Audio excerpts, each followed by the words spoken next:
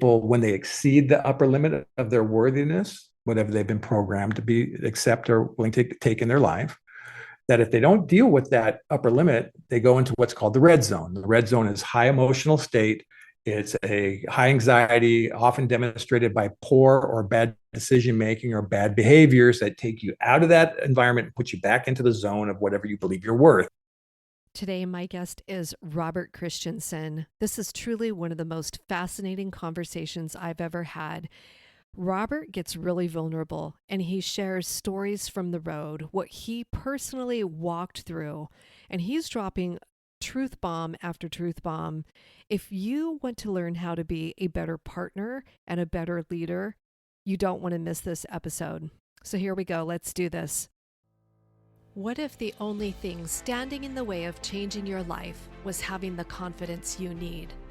I've found there's 3 areas you need to be confident in order to succeed: your mind, your faith, and your leadership. One or all 3 of these areas will always be in play. You are listening to Call to Confidence. I'm your host, Sharon Hughes, and confidence looks good on you.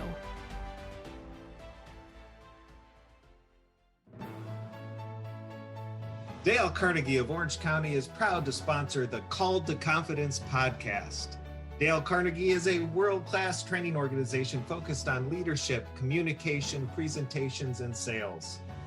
We help people take command of their lives through taking command of their work. Well, hey, Robert, welcome to the show. I'm so happy to have you here. Sharon, it's great to be here. I'm super stoked to be on your podcast today. Oh, and I'm super excited because we met on LinkedIn and then I found out that you're actually my neighbor, like down the street, like 3 or 4 miles. So that's so cool. It's awesome. I can probably right out my window here see your house. Usually you don't find that in this global world of everybody's either working from home or some hybrid version of this, to find out somebody's actually local. It's a good thing. Like I can probably bump into you at the grocery store or Target. So that would be super fun too. That'd be awesome. We like to keep it real on this show because we really are real Absolutely. people, folks. Yeah, we have real people. We actually go to Target. I'll buy some popcorn, whatever. I love Target popcorn. That's awesome. I do too. Don't tell anybody. Oh my gosh, we're No. up with a blooper reel here. But hey, we've got folks that want to hear from you and learn about you and learn about motive for life. But let's start with, you are a confidence and career coach. So tell us a little bit about that for the folks that have never heard of a confidence and career coach. Yeah. So through my own journey, I figured out that I had a confidence challenge and it affected my career. Right. So that's kind of from the obvious column of the spreadsheet, right?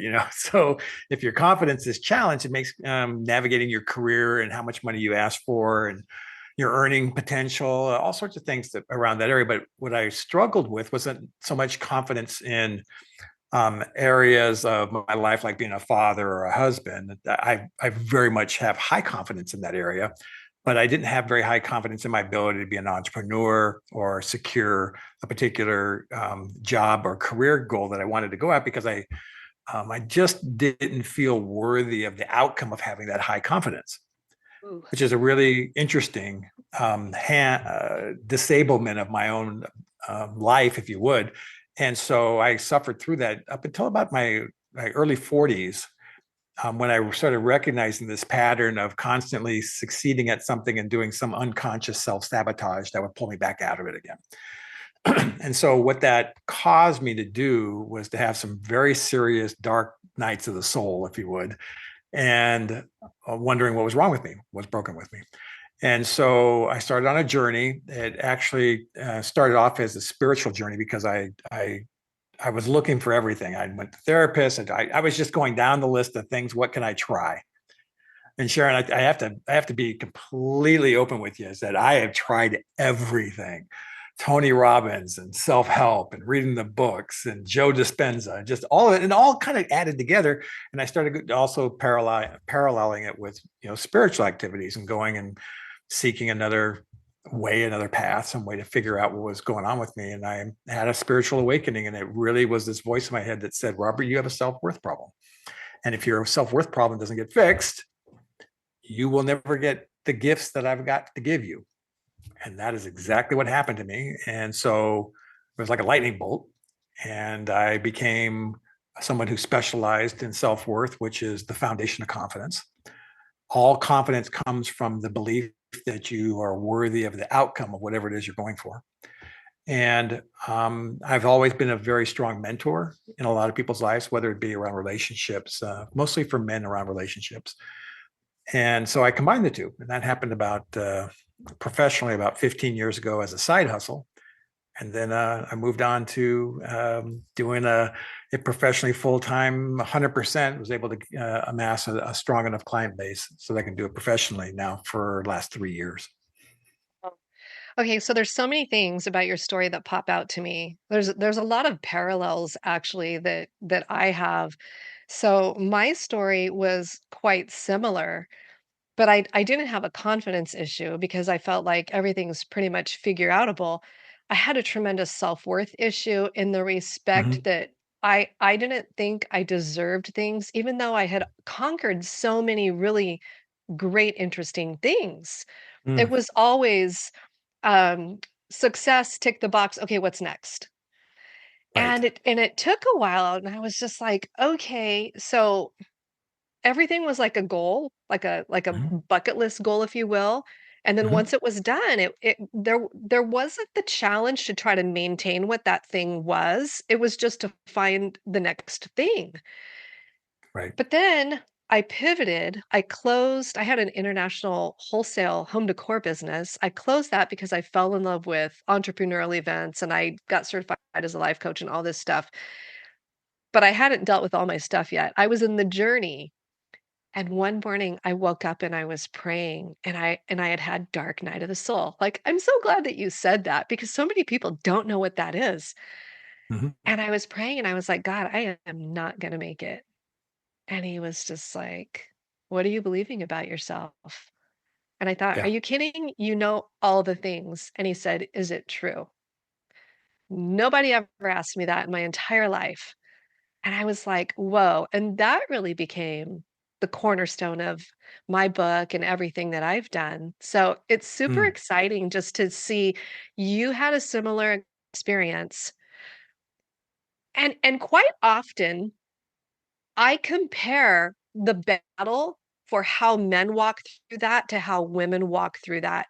I think there's a lot mm. of pressure on both genders, but as a man where you're responsible to be the provider, I mean, speak to the guys that are going to listen to this, like share with them just some words of wisdom of how you got through that so that maybe they can go, "Oh, I can see myself in Robert's story." Wow. Okay. So that's a really, really great question because I've coached both men and women when it comes to self-worth and specifically around how it shows up in their careers and their life. And you have to understand for men, most of the men I've ever worked with, the number one goal in their life is success. They Yeah. want to take their position in the male hierarchy. And what that means is that when men get together, they naturally instinctively have a hierarchy. It's kind of like dogs in a pack, Mm. and they posture and look at each other and stuff like that. And it's instinctual. It's how you talk to each other and stuff like that. And there's those with humility and those. It's all about that. But to take your position in a male hierarchy is to measure your success. And for a man at a very young age, it's just bolted into them. You hear so many young men, just all they want is success and they don't care how they get there because that's this driving thing in their life. And if you have a self-worth issue and it's underneath, and like what you were talking about, not feeling worthy of the success, the fundamental DNA as a man becomes very hard to get a hold of.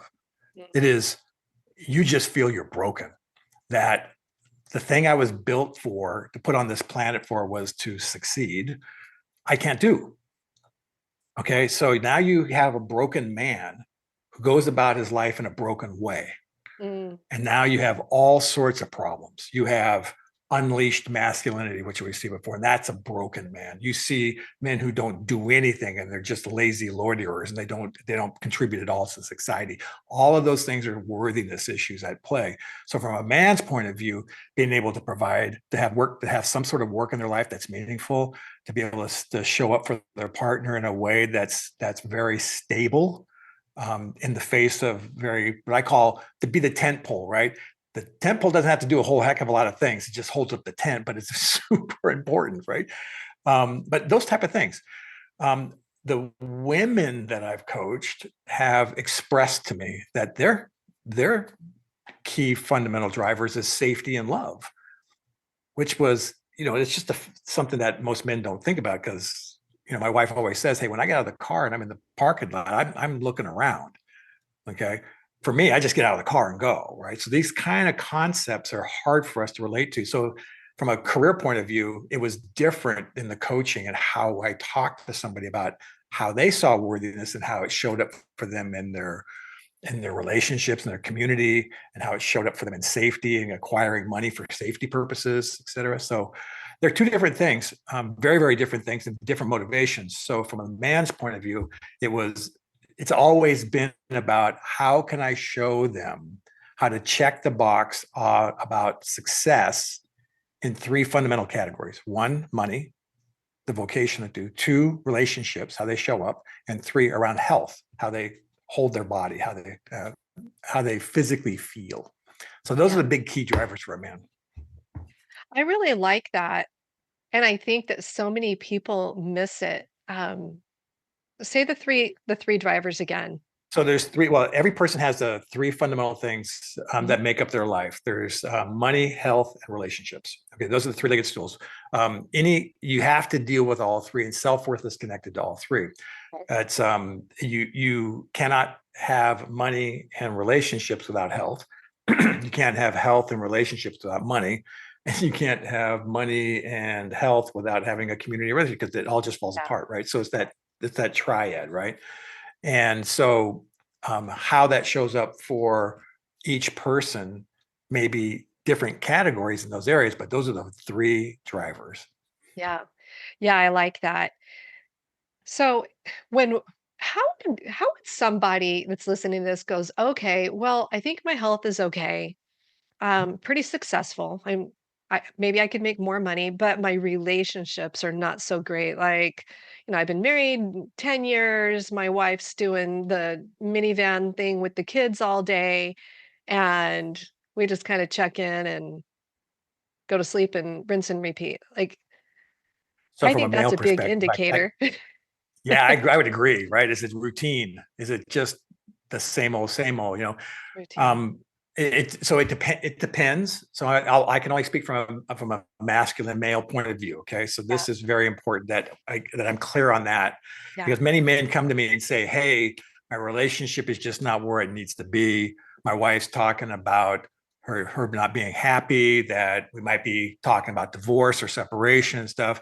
And many, I got hundreds and hundreds and hundreds of men over the last 3 decades I've worked with, but help them get their relationships back on track. And the key here is that you have to know where they are in their life. So whether it's an early stage, like when it's just like infants and babies, it's just about work. I mean, it's just, we got to show up physically. It's hard. I mean, like, it's the Yeah. routine of it all. It's just physically exhausting, right? So carving out time that is specific for the relationship to get better, that's a very key part when there's that part. But when it drops into that routine, that minivan routine that you're talking about, what I've found is that the narrative of the relationship has to get back to respect. Mm. When love can come and go, attraction can come and go, but respect always needs to be there. Always needs to be there. So one of the sayings that I teach the men to say every single day is that, like, my wife's name's Kim. I say, Kim and I have a perfectly harmonious relationship that's at the heart of our family and is the driving force of our fortune. And that saying is a perfectly harmonious relationship. The I want that saying to be in my brain 24/7. I want it to be like a prayer. I want it to be over and over and over and over again so that it's automatic. And what had happened when we had similar challenges, but like what you said, I adopted that phrase in my life, that prayer in my life, and I said it, I don't know, 10,000 times in 1 year. I mean, I just said it so often that I realized one day, we haven't had a fight in like months. We haven't had a conversation that was disagreeable in months and months.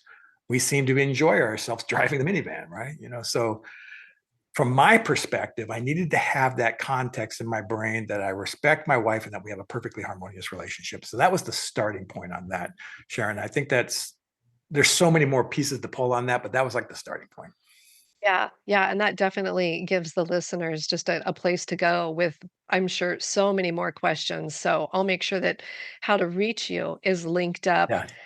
in the show notes. One of the things that I thought was really interesting when I was looking at your website, it's called The Gift, your self-worth Yes. app. Yes. Now, how did you come to develop The Gift? Well, that spiritual awakening, that dark night of the soul, happened just over in your neck of the woods over here in Mission Viejo. Okay. I was driving down Los Alisos. It was the afternoon on a Saturday in midsummer, and I was really struggling. I mean, I was really struggling. I did not believe that. I didn't know what was wrong with me. I Mm, just, I was having unconscious self-sabotage. I would pay off a credit card debt, be good, and then get credit card debt again. It was just bonkers what I was doing. And I didn't understand what was wrong. And I remember I was driving down the road and I was lightning struck. I had to pull over in my car. I sat in my car and I was breathing heavily, and every nerve in my body was electrified. And a voice came into my head as loud as I'm talking to you right now and said, Robert, the reason you do not keep the gifts that I give you is because you do not feel worthy of keeping them. Fix the worthiness problem. Here's what you do. Write this down. So I sat and I wrote down, I just scribbled. I scribbled as fast as I could. It was like for almost a half an hour while I was sitting in the car. I remember it like it was yesterday. I know what the outside looks like. I can remember the smell of the windows open and some of the cars driving by. And then I wrote it down and it said, and the voice told me, this is a gift. Read it every day and give it to the world for free and tell them it's the gift. mm, And it was, my life took a left turn at that moment, and I've been evangelizing and talking about the gift. And I wrote this book right here, The Bug in Our Brain, and it has the gift. First publication of the gift was on a website long before that, but it's inside the book. The book is the journey about what I just told you about and what's happened subsequently. And mm. so about a year ago, we were talking about what if we made the gift an app. And I'm a technology guy, so I know how to do software and technology and stuff. So we put together the framework of just a very basic prototype of the gift. And that is that you read it and you mark it and you track that you did it. Because that's what it is. You have to read the gift every day. It's 102 affirmations of self-worth. And every day you read it, it's doing a slow change to the neuroplasticity of your brain, a little bit of NLP programming of your brain, some cognitive behavioral therapy, basically, that over time shifts the wiring in your brain so that you adopt more of a context of I am worthy of a good life. And so it's like tens of thousands of downloads. I have endless emails and texts and have the gifts that change people's lives. And people have been reading it for years and years, every single day. And so we put it into the app, and it's word of mouth only. It's been delivered globally now. It's in 2 languages. We're planning on putting it more. It'll always be free. It never has ads. There's nothing to buy. It's my personal mission to the world to raise the self-worth of as many people as possible through the message that I got. And let me be clear, I've never been much of a spiritual zealot or someone who preaches or like that. I'm very quiet about my world. So this was so uncomfortable for me to talk about a voice of God telling me to go do something. I didn't look Wow. for it. I wasn't looking for it at all. I simply hid from it for a few years, by the way. I wasn't, I just wouldn't go away. That is just fascinating, and it's so beautiful, and I mean, I call those well, what you got was clearly a download from God, but what I see is Yeah. that there's winks from God all the time. Mhm. He just shows up in such interesting ways. So, I wanna ask you something a little more personal. I'd really like to know what Please. Kim thought of this big change she saw in her husband. I'm sure you know. Yeah. Yeah. Yeah. Well, it was a combination of a bunch of stuff. When she first saw it happen, I was seriously changed. I had really had some sort of tectonic shift in my personality. And for about 3 or 4 weeks there, she was really scared that she was losing me, and that she actually came to me one time with tears in her eyes, and she says, if these changes are what you need to do and they do not involve me, I love you so much that I'm okay with you going. Wow. And I was like floored. I was floored that she would say that to me. And I go, honey, no, no, no, no, no, no. I'm doing this so I can be the man that I've always wanted to be. You don't understand. This is the exact opposite of what you're thinking. I'm doing it because I want to be the father. I want to be the husband. I want to be the man that I always wanted to be. I wanted to be that rock that my kids pointed to that said, he's the dad that everybody wishes that they had. That's the guy I wanted to be. And so this journey has been um, a little rough on her at the beginning, but she was just seeing incremental behaviors that were just better. And so I want to be clear with you. I was $150,000 in debt with no personal assets at all in 2009. Ouch. None. Okay, I'm talking about, and she came to me one time. She says, I'm so scared about finances that my hair is falling out. Wow. And we're living month to month, and so I mean, you want to talk about breaking everything of a masculine identity? You want to talk about snapping it in half and saying you're just a worthless father, Robert. You're a worthless man. And so, I want to kill myself. Oh, And so that's you mean that's seriously?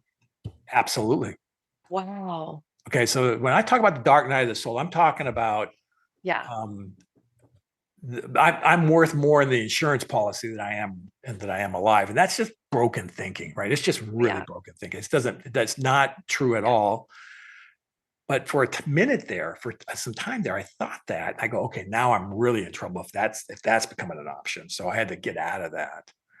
But with Kim, she was just okay. So now since that time till today, finances are significantly better. I mean, I'm talking a lot better. Yeah. Uh, and so she doesn't have those fears anymore. Our retirement got set. I paid for all of my kids' college, didn't leave them any debt. I mean, it just this self-worth stuff changes everything. Everything. Yeah. One of the things that I find so interesting is my pastor said to me, men seek significance, like you were talking about, and women seek safety. And I thought, it's true. And that seems so simple. I wonder why we get it wrong so much. Do you have an opinion on that? Of how we don't see it in our counterpart or even the people that we work with? So not just at home between husband and wife and those more intimate relationships, but how do we get it so wrong with just people that we know in our community or the office? Yeah, that's really really good. It's a great question. I'd be guessing about why we get it wrong, but I think there's some cultural stuff that's gone on in the last 20, 25 years. I think a lot of men just over rotated into who they thought they should be or what they should be, and the women just were done with it, appropriately so. I just say, and then women needed to take more control over their security. And that meant entering the workforce. I mean, it meant having money, being respected, and have you pick all those topics there that women need to have to feel like they're whole and complete and have self-worth. They're all true and perfect. Men, the most of the men that I talk with and work with don't know how to deal with that. Hmm. It's not that they don't agree with it. They just don't know how to deal with it. It's just new for them. So getting them to have empathetic understanding of what's necessary is important. So let me give you for example. One of the key things that my wife needs is for me to check the house before we leave to make sure it's locked up so that when we come back, if she like that, the house is secure. Mhm. If I just walk out the door, wait for her to get in the car, and I haven't checked the windows, the doors, or anything like that, everything, she's going back through and doing it herself before she comes out. It's an issue of safety in the home. And by default, now my wife's a really progressive person, right? She is a feminist at heart. She still wants me to be the guy that in the house to do that work. And she expects me to know that and not have to be told that every time. Now, this is where the men have a hard time waking up because they don't pay attention. Because men are so target focused. We only see what's in front of us. Women see so much more than us. They're taking in the whole scene. Men don't. And so one of the key issues around men and about helping them be better in the role that they are is to have them slow down and pay more attention to the safety aspects with their partner in their life. And when they do that, they send the signals that I'm taking care of you, although I know I can take care of myself, but it's nice to know that somebody is taking care of them and thinking about them. And that is reciprocated back the other way because men like to be taken care of as well, but in different ways. Yeah. Yeah. No, I really like that. And like you said, so much comes back to respect because we probably both know some guys that can be a little dismissive of their partner's requests for safety checks. Yep. But when you just honor it, that respect does volumes for a relationship. I mean, even if checking the back door again seems a little bit silly, it just does something for a woman to think he's always got my back. Like he doesn't feel like it's an imposition to make sure that I feel safe with our kids. That's Yeah. right. That's exactly Yeah. right. And that education and that paying attention part is new for most men. They Mm, don't understand it. And it's not that they don't want to do it, they just don't know. This yeah. is this is the part I think that sometimes I've seen women. So why didn't you know that? And they'll go, I just didn't know, right? And so, but that conversation is so ingrained in somebody else. Going, how could you not know that? The other person is so out of context, so separated from the context. They might as well be in two different worlds. And so there lies a lot of the challenge. For somebody that's listening and one leg of their stool is not working correctly, Mhm. what might the barrier be to get them to make that call with you so that they can actually get some clarity around, hey, this isn't overwhelming. You can actually do this. What are the barriers that most men have? Is it fear? No, it's asking for help. Most men Really? are do it alone people. Most men will Oh, not how ask for help. interesting. It has to do with their ego and has to do about their status. So the reason why Mm, men don't ask for direction is because they don't want to be told that they're wrong. They don't want to admit that they're wrong. They'd rather fumble around and drag everybody around with them until they get so bad that they finally ask for help. This is status quo. You can see this in almost every situation where you see a bunch of men trying to organize something. They all go off and do it on by their own instead of forming up little teams to go solve a problem. You don't see that with women. You see women teaming up all the time to go solve a problem.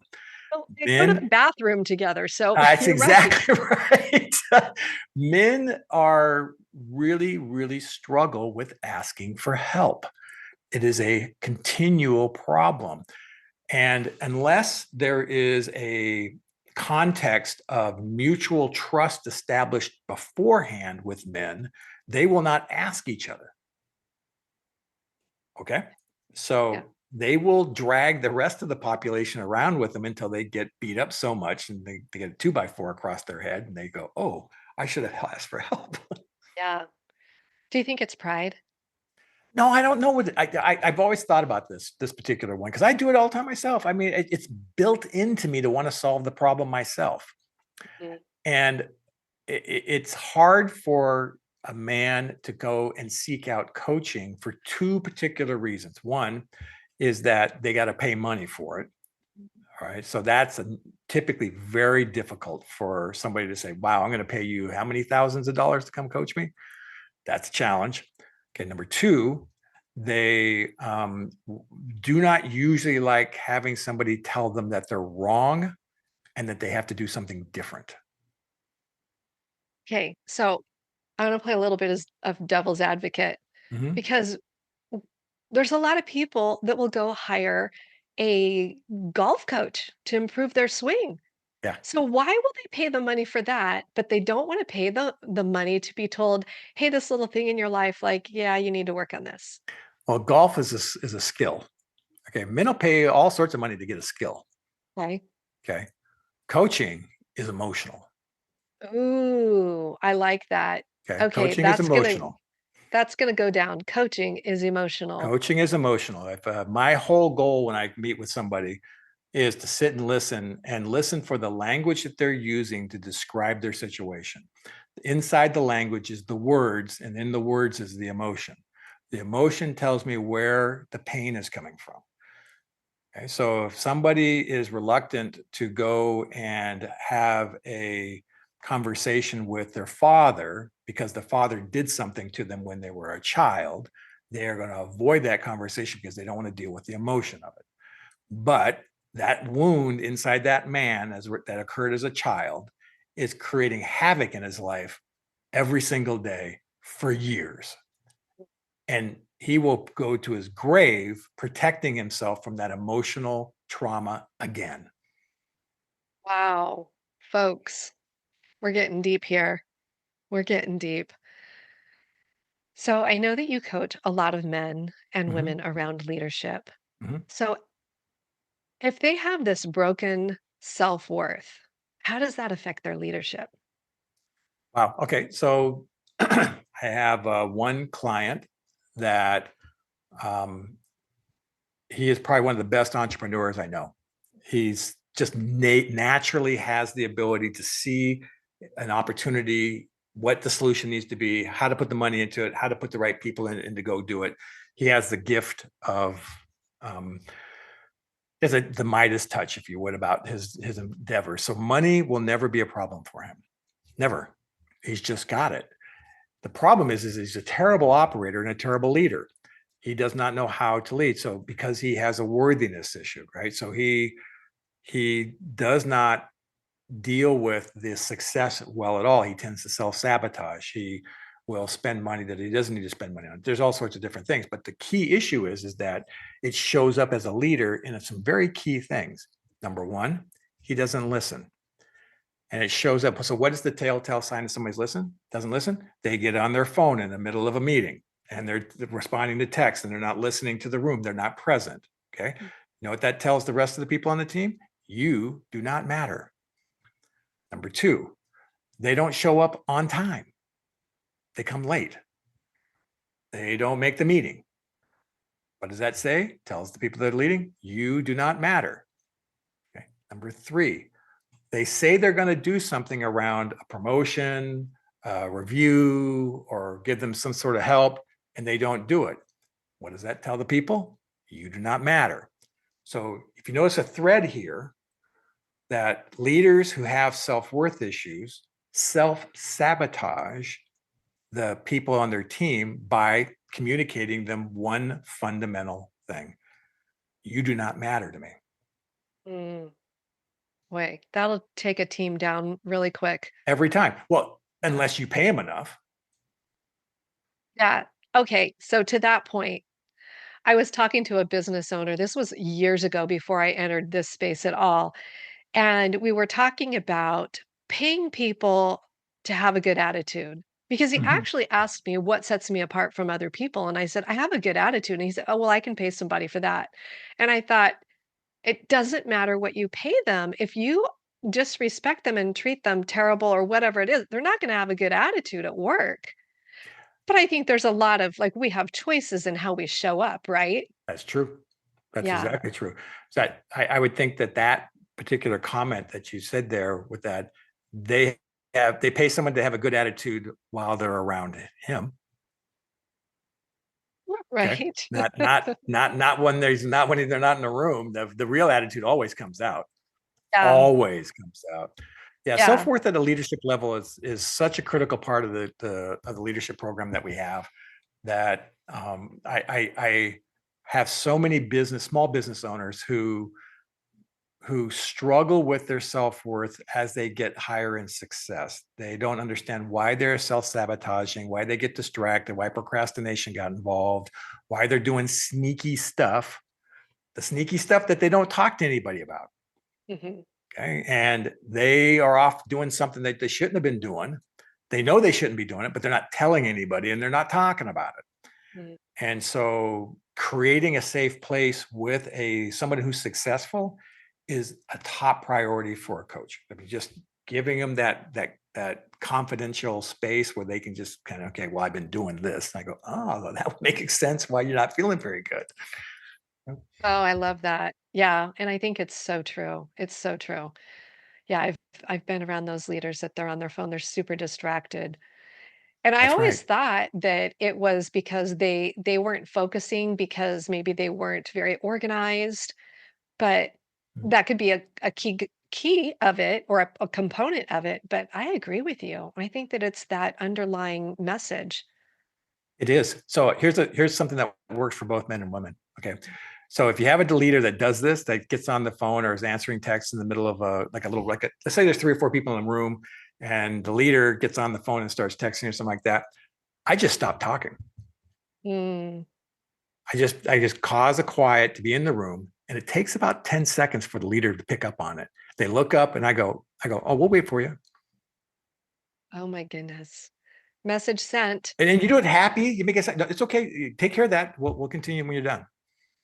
You Yeah. do that 2 or 3 times and they just can't take it. They put the phone down. And so that kind of training by the employees is how you do that. You do it nice. You do it with compassion. Okay, he's busy or she's busy, whoever that is. Stop and wait. They don't like it. They start recognizing pretty quick that this is something that is not going to go over very well. Like So what you just that's said about be nice and do it with compassion. I think there's that being nice and being compassionate goes so far in the workplace.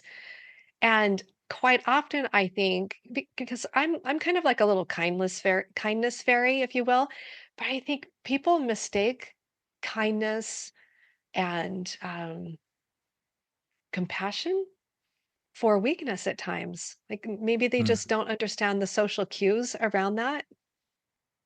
Do you see I that? think you're right. No, I think you're right there. That's a great statement slash question.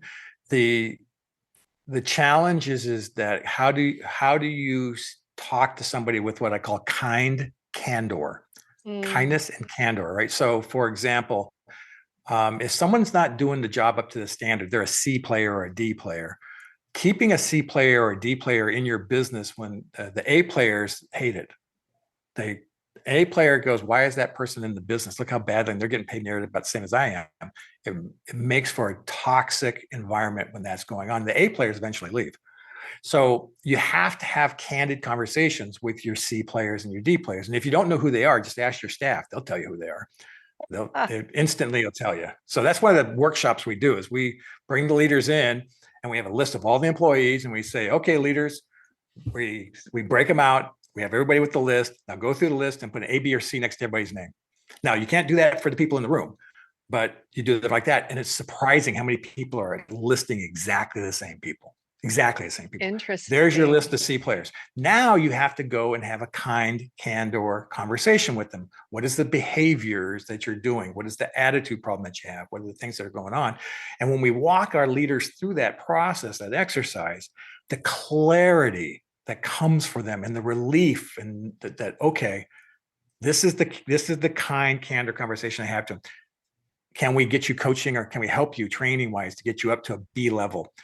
If not, then we're going to help you find another position elsewhere and we'll help you do that. But that kindness and compassion around bringing them up is the key. And that just takes practice doing Yeah. it. Yeah. Wow, this is so interesting. I love your perspectives. But I would really like for you to share with me what makes motive for life different because there's just so many coaches out there. Hmm. So how do you set yourself apart? Well, we have a very specific framework around self-worth. All right, and our framework is unique in that we believe that at the core of all business decision is the fundamental question of worthiness. Fundamental. And just that singular DNA motion in our business it just forces people to ask the question about every business decision as a leader makes is going to have a downstream worthiness consequence. And at the end of the day, every decision is a decision based on emotion. You can collect all the data that you want. You're going to look at all the data and you're going to make an emotional decision. People think that they're making an unemotional decision. It's complete horse pucky, right? It just doesn't exist. Humans are emotionally driven people, so they make emotional decisions. Emotional decisions are based on how I feel about what I'm worthy of me doing or the organization's self-worth. When you get leaders who cue in on that, who understand the power of higher self-worth decision-making, they are unstoppable. Unstoppable. Because what happens is they've raised their own self-worth. And when they raise their own self-worth, they start thinking in more context of broader communities of people. What people don't understand about worthiness is as you go higher up in a worthiness structure that we're talking about, the decisions are far more impactful for the benefits of others, because no matter, you're not just caring about yourself, you're caring about a bunch of other people because you want them to have higher self-worth. Well, what's the right thing for them to do is to raise their worthiness. Well, then let's make a joint worthiness conversation. When you change the topic, that's what happens. So Motive for Life is just infused with this structure. So all of our offsites are around educating them about the upper limit problem. So Sharon, one of the things that you should know about us is that we believe that there's an upper limit, that people, when they exceed the upper limit of their worthiness, whatever they've been programmed to be accept or willing to take in their life, that if they don't deal with that upper limit, they go into what's called the red zone. The red zone is high emotional state. It's a high anxiety, often demonstrated by poor or bad decision-making or bad behaviors that take you out of that environment and put you back into the zone of whatever you believe you're worth. Our teaching is to teach people to set goals for your business that put you above your upper limit and make you really uncomfortable. Structure your next 90 days such that you have a belief system that it's already been accomplished and that the self-worth that we're going to deal with you being in the red zone while you're traveling through that. And that's the exercises that we put together for the leaders. While they're executing on their plan, we're dealing with the emotional unsafety that happens with making plans that they may or may not believe are doable. I love that. The emotional lack of safety of making a plan and standing next to it. Oh, that's deep. Yeah, most Do leaders you don't see do that. They people just tell people to do it. do you see people come undone when they have to stand in that red zone? Oh, yeah. Oh, gosh. Okay, so let me just give you one that just happened. So we had two leaders that got promoted. They raised their hand, they wanted to be there and stuff like that. So we had an offsite coming up. And the offsite is the opportunity to set a new target goals, right? Which is what we do. But we write it in such a way as if the goals have already occurred. Okay, so it's present tense in the future. Okay, we have hit this goal. We did these things. Here are the results. And that accountability that's showing up in that space required those two leaders to be there. When they heard that that was coming, one of them resigned, and the second one decided to have I don't know the right words, fair, but decided to get involved with some other person in the company, which caused them not to be a leader. And then they got moved back down and they opted out. They saw what the position they had, learned that we were going to put them into the red zone, and then they said, nope, we're not doing that, and they backed out. This happens so often that people will unconsciously or consciously sabotage their success once they realize that they're in the red zone, which is uncomfortable, anxiety, challenging, risk, emotional risk, all that stuff. If you do not manage the emotional risk of a higher goal to be achieved, you have all sorts of problems that can possibly fall out. That's absolutely fascinating. I am just floored. I've seen people self-sabotage in a lot of ways, but I have never heard of that. That's incredible. Yeah. Well, let's broaden the scope. Let's think of every person who's in the media who has had success in self-sabotage. Okay, you can go from Lindsay Lohan to Michael Vick to a president to a senator to Will Smith. Will Smith slaps Crick Rock right before he wins an Oscar. I mean, it just goes on and on. So take that big success, big self-sabotage, bring it down to I'm going to get promoted. I don't feel I'm worthy of it. I have imposter syndrome, and I don't show up to work the next day. Stuff like that. Okay, so Robert, do you think that people do this in intimate relationships, dating and marriage as well? All the time. All the time. I do too. So, right. So I just was with somebody a little while ago today. Wow. Today, he found a woman of his dreams. And he found himself picking fights, just picking a fight. I said, why'd you do that? And he says, I don't know. I said, do you feel that she's too good for you? And that's when it broke. That's when it broke for him. Okay. That someone could care and love on him with no conditions, just because he's who he is. And that's when we started really getting into, well, this is a worthiness issue. You've moved up in your life. You're here with the partner that you historically have had, and here she is up here. We call that a high status woman, by the way. Okay. They require, yes, high status women. High status women require their partner to behave in a certain way. They hold their partner to a standard. And if the partner doesn't feel that they are worthy of this high status partner, they will do stupid things and self-sabotage, all the way to the point of cheating, infidelity, pornography, all that stuff. Those are all on the table for a person who doesn't feel, let's just talk about a man, for a man that doesn't feel that he's worthy of a relationship. Wow. I thought we were going to have some nice, friendly little chat about coaching today, but you've went really deep into some pretty serious issues that a lot of folks face. Yeah. Oh, Wow. that's what happens in the coaching when you talk about worthiness. Worthiness opens the door for a whole lot of other conversations about people's real issues. We could talk about skills like, okay, how do I get the right career mapping to my place, and how do I interview, and what's my body language going to be, and all that kind of stuff. We do all that. That's table stakes as far as I'm concerned, but it's not the meat or the juice that makes who you are going to be a permanent change, so that you feel confident and competent and confident going into the future, and have high resiliency that you can get through hard stuff. It's been such a fascinating conversation with you. I'm so glad that you came on. Me too. Yeah. So before you go, I would like for you to just share like one word of wisdom with the audience. One word or one words? Some words. You can use as many words as you'd like. It's not Scrabble.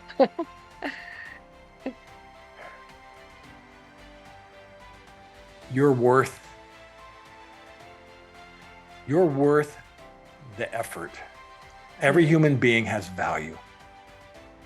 And to stand up for yourself and to have a voice, to make a statement that I am a gift, that I am worthy of love, that everywhere you go, believers and supporters will surround you.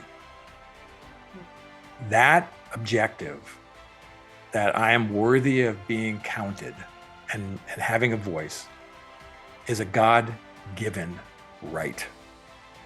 And everybody just has to work towards activating it.